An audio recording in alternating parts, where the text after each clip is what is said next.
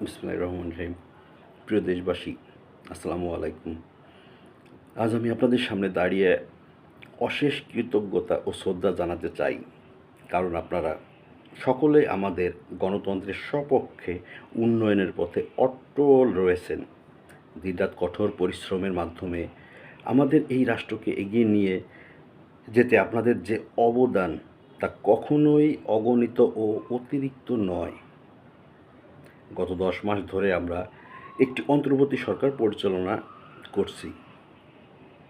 এই সময়কাল আমাদের দেশের জন্য একটি উজ্জ্বল সুযোগ হয়ে এসেছে। সারা দেশে শান্তি, স্থিতিশীলতা ও উন্নয়ন নিশ্চিত করতে আমরা সর্বাত্মক চেষ্টা চালিয়ে যাচ্ছি। জনগণের স্বার্থে আমরা সকল প্রকার সমস্যার সমাধানের জন্য কাজ করছি। আসুন আজ আমরা একটি নতুন সূচনা নিক্ষেপ করি। আসুন আজ আমরা একটি নতুন সূচনা নিক্ষেপ করি।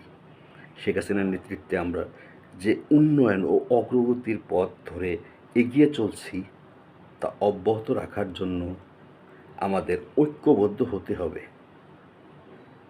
আমাদের একমাত্র লক্ষ্য হলো বাংলাদেশকে একটি সমৃদ্ধ, শান্তিপূর্ণ এবং সুশাসিত রাষ্ট্রে পরিণত করা। আপনারা জানেন, উন্নয়ন কেবল অর্থনৈতিক কথা নয়, এটি রাষ্ট্র আমাদের মানবিক মূল্যেরও বিষয়।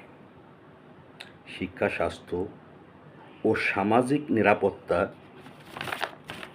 নিশ্চিত করাই আমাদের অঙ্গীকার। আমাদের সমাজের সর্বস্তরের মানুষের কল্যাণে কাজ করে যেতে আমাদের সকলকে এক থাকতে হবে এবং কোনো প্রকার দুর্নীতি ও অনিয়মের বিরুদ্ধে অবস্থান নিতে হবে। আমার প্রিয় দেশবাসী, আমরা আপনাদের সাথে আছি। আমাদের সরকার আপনার স্বপ্নকে বাস্তবে রূপান্তর করতে প্রতিশ্রুতিবদ্ধ।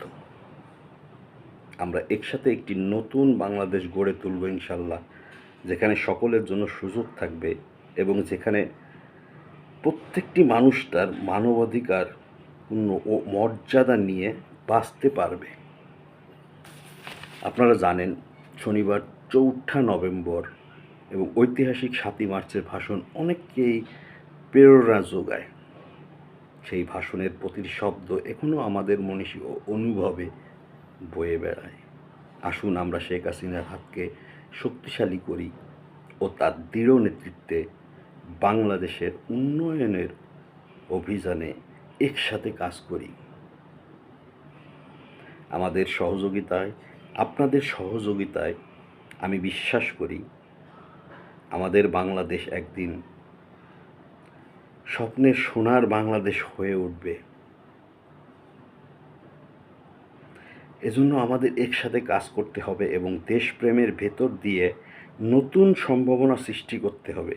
আই রিপিট, আপনাদের সহযোগিতায় আমি বিশ্বাস করি আমাদের বাংলাদেশ একদিন স্বপ্নের সোনার বাংলাদেশ হয়ে উঠবে।